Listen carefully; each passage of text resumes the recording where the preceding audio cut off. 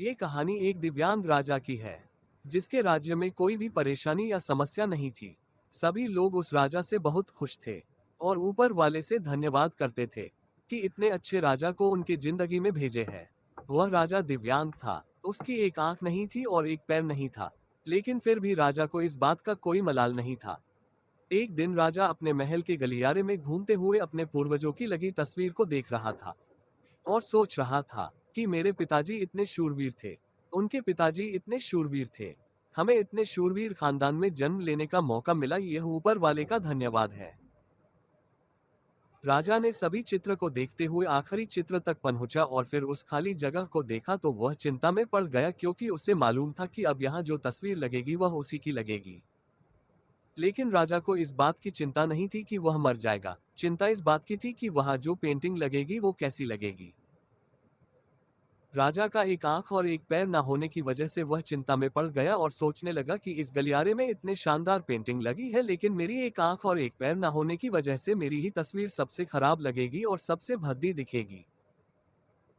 राजा ने सोचा कि मेरे मरने के बाद पता नहीं कैसी पेंटिंग बनेगी, और क्यों ना मैं अपने जीते जी ही एक शानदार पेंटिंग बनवाऊं, ताकि मुझे ये सुकून मिल जाए कि मेरी यहाँ अच्छी पेंटिंग लगेगी।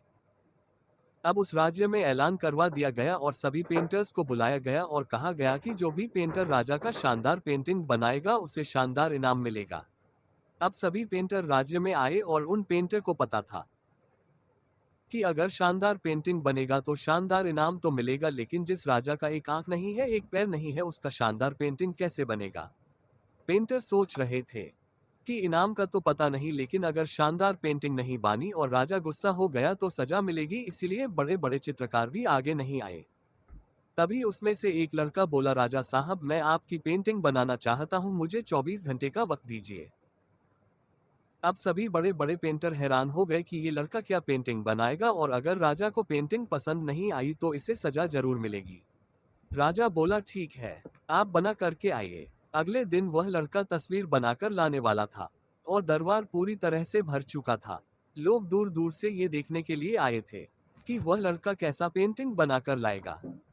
अब लड़का जब उस राजा की पेंटिंग बनाकर लाया तो लोग आश्चर्यचकित रह गए। सब लोग जोर जोर से तालियां बजाने लगे, सीटी बजाने लगे, और जब राजा ने उस पेंटिंग को देखा तो वह खुश हो गया और बोला कि वाह, इससे अच्छी पेंटिंग तो इस पूरे गलियारे में नहीं है। राजा ने उस लड़के को बहुत सारा इनाम दिया। अब आप सोच रहे होंगे कि उस राजा की क्या पेंटिंग बनी होगी जिसकी एक आंख नहीं है और एक पैर नहीं है।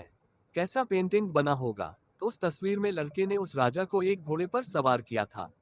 एक साइड से उस राजा का एक पैर दिख रहा था और राजा तीरंदाजी करते हुए निशाना लगा रहा था, और निशाना लगाते वक्त एक आंख बंद हो जाती है, और उस लड़के ने उस राजा की वही आंख बंद की थी जो राजा के पास नहीं थी।